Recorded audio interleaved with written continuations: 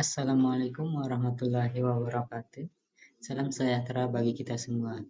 Perkenalkan, saya Andi Suwandi, SIP MM Kepala Bidang Data dan Informasi Kesejahteraan Sosial, Dinas Sosial Kabupaten Sumbawa Barat.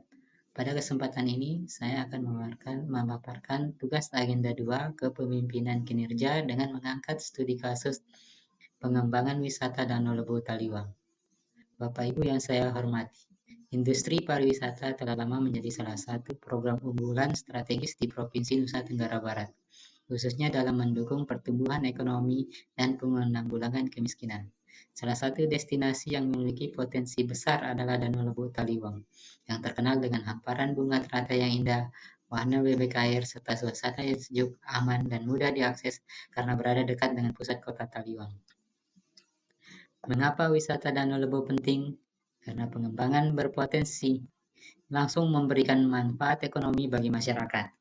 Kehadiran wisatawan akan membuka lapangan pekerjaan baru, meningkatkan pendapatan UMKM lokal serta pedagang makanan, penyedia jasa transportasi, dan penyewaan wahana, serta memberi dampak positif terhadap pendapatan asli daerah. Dengan demikian, wisata Danau Lebu tidak hanya berfungsi sebagai tempat rekreasi, tapi juga sebagai instrumen pemberdayaan masyarakat miskin. Dinas Sosial sendiri memiliki peran strategis dalam mendukung pariwisata ini. Peran tersebut diwujudkan melalui program pemberdayaan keluarga miskin yang tinggal di sekitar lokasi wisata.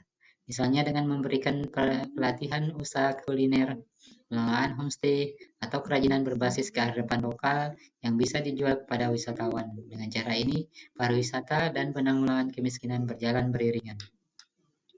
Bapak Ibu yang saya hormati, untuk memanfaatkan peluang ini, sejumlah perubahan perlu dilakukan. Pertama, peningkatan infrastruktur dasar di kawasan wisata seperti akses jalan, area parkir, fasilitas sanitasi, dan spot wisata yang lebih representatif.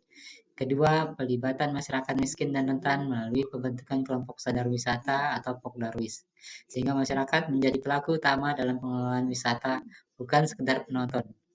Ketiga, penguatan digitalisasi promosi wisata melalui media sosial, aplikasi pariwisata, maupun website resmi, agar Danau Lebu semakin dikenal luas. Keempat, memperkuat kolaborasi lintas sektor antar dinas sosial, dinas pariwisata, dinas perdagangan, serta UMKM agar terbentuk ekosistem pariwisata yang terintegrasi.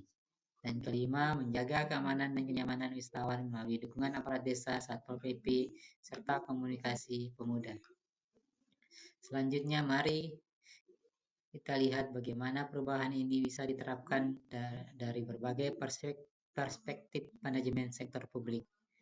Pertama, dari sisi manajemen perubahan sektor publik, pemerintah daerah perlu menyusun roadmap pengembangan Danau Lebu dengan target yang jelas, terukur, berbasis data. Manajemen perubahan ini penting agar setiap program berjalan konsisten, terkoordinasi, dan dapat dievaluasi secara periodik. Kedua, dari sisi kepemimpinan transformasional, seorang pemimpin harus mampu menginspirasi, memberi keteladanan, serta mendorong inovasi.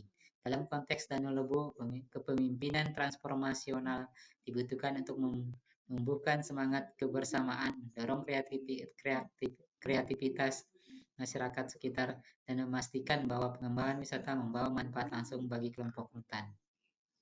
Ketiga, dari perspektif jejaring kerja, pengembangan wisata tidak bisa dilakukan sendirian.